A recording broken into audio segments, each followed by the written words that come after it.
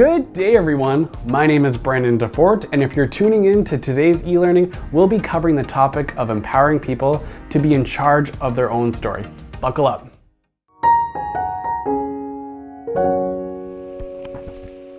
At the core of all of our work, regardless of our role in the agency, our aim is to support people to live self-directed lives. And a function of this goal is supporting people to be in charge of their own story. And truly, this boils down to choices and how people should be in choice about what, when, and how information is shared or not shared at all. And as staff, we sometimes fall into loops of efficiency that we may forget the impact of our actions. So for instance, if you provide direct support, it might be easier to quickly read the person's mail while they're at work, so no appointments or important information is missed. It might be easier to put away the person's laundry in their room when they're out and about with friends and family. Or we might not knock when going to the person's home or entering their bedroom because it's also our workplace. And if you don't provide direct support, we might be accidentally sharing information that the person wanted to keep confidential. Maybe the person you support just entered a new relationship. The team is ecstatic about this news. This was a long-standing goal for the person, and the supports were really active and robust to help achieve this outcome. At the next leadership meeting, you want to share this as a success story to inspire others. However, upon further reflection, perhaps the person wanted to keep the relationship a little more private because the relationship is in its infancy phase. Or maybe the person just wanted to share the news themselves. Although these examples seem harmless at face value, a series of these well-intended actions can result in us robbing people of control in their own narrative. Perhaps the person is waiting for a letter from a loved one and they don't want anybody to read it. Or maybe they're behind in their bills and don't want people to learn about that through reading the mail. Maybe the person doesn't want anybody entering their room, even if it's to help with laundry. And perhaps the person wanted to share the news of their new relationship directly with people instead of hearing it through the grapevine. In order to hone in on this concept of being in charge of your own story, I want to share a personal experience with all of you. In my early 20s, I was fortunate to buy my first home.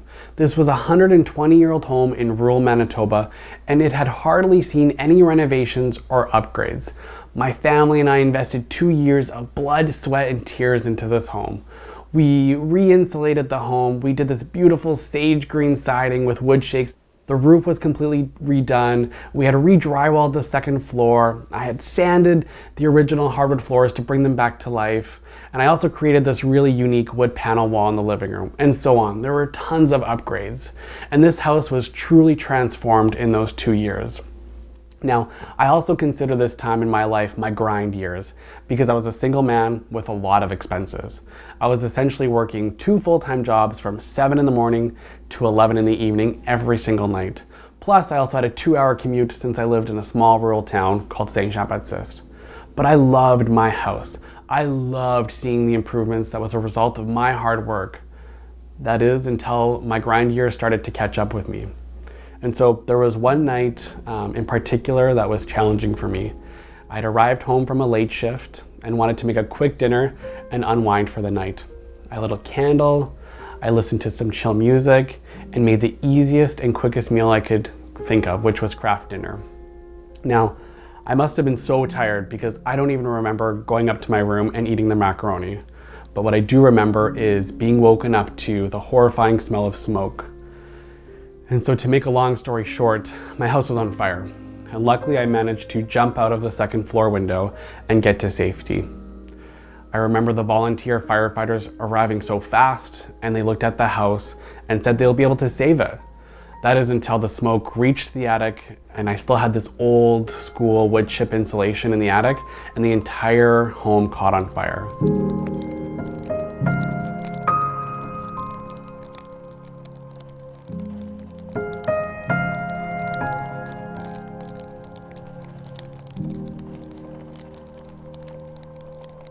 Nothing could be salvaged. Absolutely everything was lost to the fire.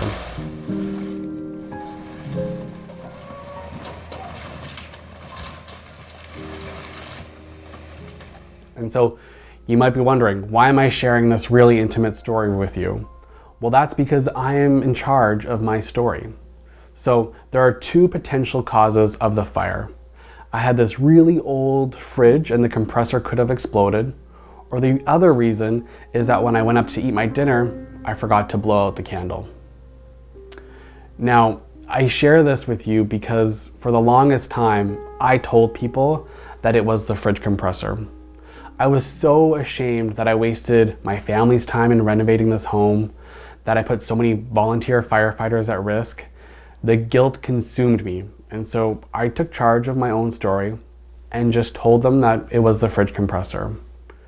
Now that I've processed this trauma in my life, I see it as a learning opportunity, and I choose to share a different side of the story with all of you now. For people with disabilities, they are not always granted the same choice. If someone with a disability potentially caused a house fire, I could only imagine the rights restrictions that the person would experience.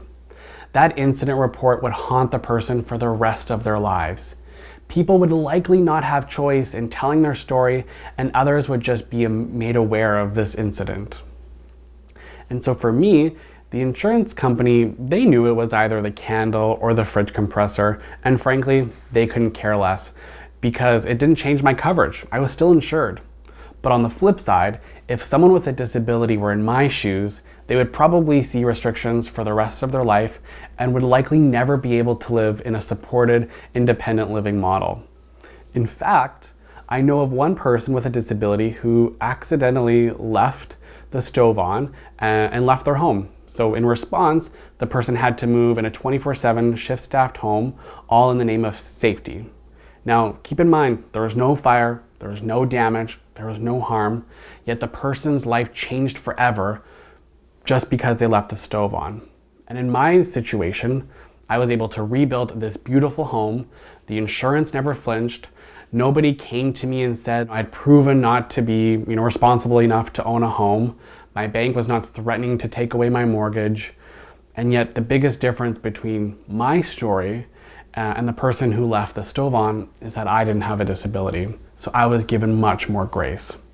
Even though my circumstances had true and real life consequences. There's a lot we can do to support people to be in control of their story. And so I would like to introduce to all of you the concept of the sealed envelope.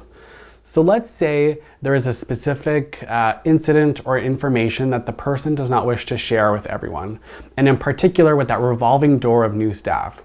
This could be an incident, an event, a medical history, or truly anything that the person would like to keep private, however big or small. What if we need to keep this information accessible because we may require it at any given time? We could still find a balance with keeping people in the driver's seat of their own narrative and storing information.